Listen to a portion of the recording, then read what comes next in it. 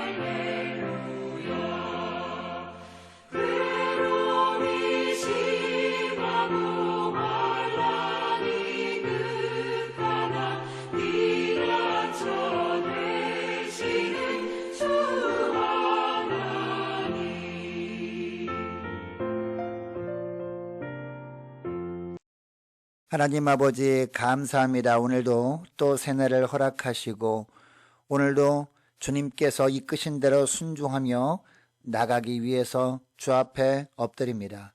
주님께서 겸손히 주 앞에 엎드리는 저희들을 불쌍히 여겨주셔서 이 시간도 말씀을 통해서 주님께서 어떤 길로 인도하시는지 주님 바르게 깨닫게 하시고 주님께서 깨닫게 하시는 대로 순종할 수 있도록 성령께서 저희들의 마음을 붙들어 주셔서 하나님 오늘도 순종하는 자에게 주님께서 어떤 놀라운 은혜를 예비해 놓으셨는지 볼 수 있도록 은총 내려 주옵소서. 감사드리오며 우리 주 예수 그리스도의 이름으로 기도드립니다. 아멘. 하나님의 말씀 시편 46편 1절에서 11절까지 말씀 보겠습니다. 하나님은 우리의 피난처시요 힘이시니 환난 중에 만날 큰 도움이시라. 그러므로 땅이 변하든지 산이 흔들려 바다 가운데에 빠지든지 바닷물이 솟아나고 뛰놀든지 그것이 넘침으로 산이 흔들릴지라도 우리는 두려워하지 아니하리로다. 셀라. 한 시내가 있어 나뉘어 흘러 하나님의 성 곧 지존하신 이의 성소를 기쁘게 하도다. 하나님이 그 성 중에 계심에 성이 흔들리지 아니할 것이라. 새벽에 하나님이 도우시리로다. 문 나라가 떠들며 왕국이 흔들렸더니 그가 소리를 내시며 땅이 녹았도다. 만군의 여호와께서 우리와 함께 하시니 야곱의 하나님은 우리의 피난처시로다. 셀라.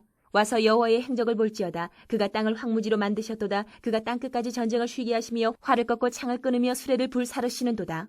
이르시기를 너희는 가만히 있어 내가 하나님됨을 알지어다. 내가 문나라 중에서 높임을 받으리라. 내가 세계 중에서 높임을 받으리라 하시도다. 만군의 여호와께서 우리와 함께 하시니 야곱의 하나님은 우리의 피난처시로다. 셀라. 오늘 본문은 고라다손이 히스기야 왕 때 지은 시입니다. 특히 아수르 왕 사느립이 남유다를 침공해서 예루살렘 성을 포위하려고 할 때였습니다. 여러분, 그때 히스기야가 사느립이 끌고 온 아수르 군대가 물을 얻지 못하도록 샘을 막아버리거든요. 성을 높이 쌓고 무기를 준비합니다. 뿐만 아니라 군대 장관을 세워서 성을 수비하게 합니다. 그런 후에 히스기야는 백성들을 안심시킵니다. 하나님이 우리와 함께 하시기 때문에 염려하지 말라, 염려할 것이 없다라는 것입니다. 그러나 아수르 왕 사느립이 보낸 아수르 장수 랍사게가 예루살렘 성에 가까이 와서 유다 백성들을 향해 외칩니다.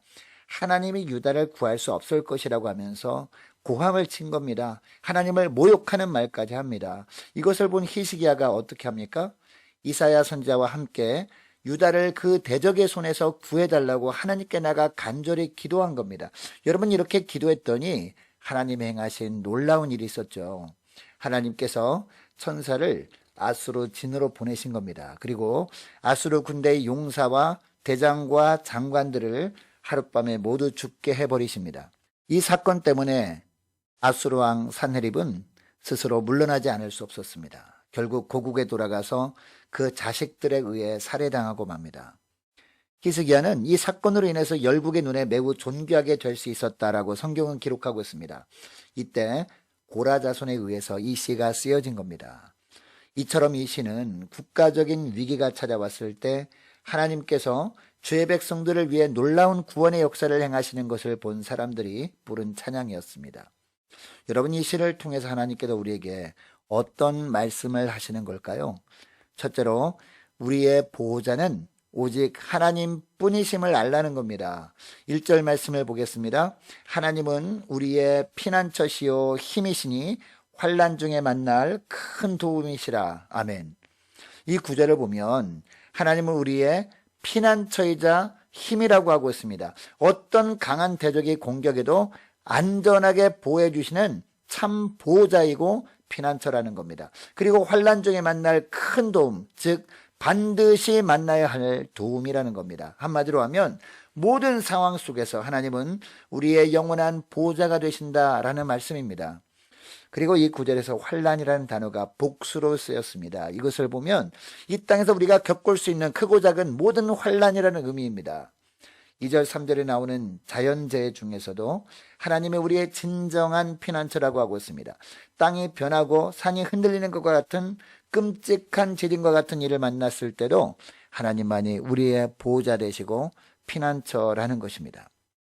여러분, 우리는 본문에 나오는 것과 같은 천재지변을 만날 가능성은 그렇게 높지 않습니다. 그러나 살아가는 동안 경제가 무너지고 건강이 무너지는 경험을 할 수 있습니다. 어느 날 큰 일을 만나서 그동안 쌓아놓았던 물질이 순식간에 쓸려 내려가 버리는 것을 경험할 수도 있습니다. 생각지도 못했던 악소문 때문에 그동안 다져놓았던 인간관계가 다 끊어져 버리는 것을 경험할 수도 있습니다. 이런 일들을 만날 때마다 우리는 영적인 천재지변을 만난 것과 같은 고통을 느끼게 되죠. 4절부터 7절까지 말씀을 보면 국가적인 재앙을 만날 수도 있다라고 합니다. 특히 6절 말씀을 보시면요, 문나라가 떠들며 왕국이 흔들렸더니라고 합니다. 이것은 국가적인 위기 상황을 뜻하는 표현 아니겠습니까? 여러분, 나라 전체에 경제적 위기가 닥치면요, 어쩔 수 없이 우리도 너무 힘든 나라를 보낼 수밖에 없지 않겠습니까? 그리고 나라에 전쟁이 혹시 터지면 죽거나 모든 것을 잃거나 둘 중 하나가 됩니다. 우리 힘으로 문제를 해결할 방법이 전혀 없게 됩니다. 이런 상황을 만나면 이 세상 어디에도 우리가 피할 곳은 없게 됩니다. 우리의 보호자는 어디에도 찾을 수 없게 됩니다. 오직 우리가 피할 참 보호자는, 참 피난처는 하나님밖에 없음을 그때서 비로소 깨닫게 될 때가 있다는 겁니다. 그때 가서야 깨닫지 마시고 지금 이 순간도 우리의 진정한 보호자 되시고 참 피난처는 오직 하나님밖에 없음을 믿으시기 바랍니다. 둘째로, 하나님만이 우리의 보호자 되시고 피난처임을 알았다면 그 다음에 우리가 어떻게 되느냐? 기도로 하나님께 맡겨야 한다는 겁니다. 5절 말씀을 보세요. 하나님의 그 성 중에 계심에 성이 흔들리지 아니할 것이라. 그 다음 뭐라고 하고 있습니까? 새벽에 하나님이 도우시리로다 라고 합니다. 여러분, 여기서 말하는 성은 당시 예루살렘 성을 뜻했습니다.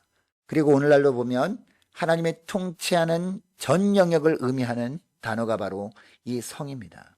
그러면 하나님이 그 성중에 계심에 라는 말씀은 무슨 의미임을 알 수 있습니까? 하나님께서 하나님의 통치하는 전 영역 중에 계신다라는 겁니다. 이 세상의 모든 나라가 전쟁과 기근 가운데 흔들리는 상황이 찾아올 수 있습니다. 그러나 하나님이 다스리는 영역, 즉 하나님의 나라는 결코 흔들리지 않는다는 겁니다. 왜냐? 거기에 하나님이 계시기 때문이죠. 여러분, 이 말씀이 오늘을 사는 우리에게는 어떤 의미의 말씀일까요? 우리가 전적으로 하나님의 다스림 가운데 살고 있기만 하면 하나님이 거기 계시고 하나님이 함께 하시니까 걱정할 필요가 없다는 겁니다. 물론 국가적인 재난을 만났을 때 주님이 과연 나와 함께 하시는가 의심이 들기도 합니다. 삶 속에서 지진과 쓰나미 같은 고난이 닥쳐서 모든 것이 사라지는 것과 같은 그런 일을 만날 때 주님이 과연 나와 동행하시는지 잘 모를 수 있습니다. 그러나 주님이 뭐라고 하고 있습니까? 우리의 삶을 주관하시고 우리를 다스리시는 주님께서 새벽에 도우신다고 하십니다. 여러분, 새벽은 어떤 때입니까? 시련의 어둠이 밤이 물러가고 구원의 아침이 밝아오는 때입니다. 그리고 우리의 보호자 되시고 우리의 피난처 되시는 하나님께서 우리를 깨워주시고 기도하게 하시는 시간 아닙니까? 그러니까 새벽에 도우신다는 말씀은 어떤 뜻입니까?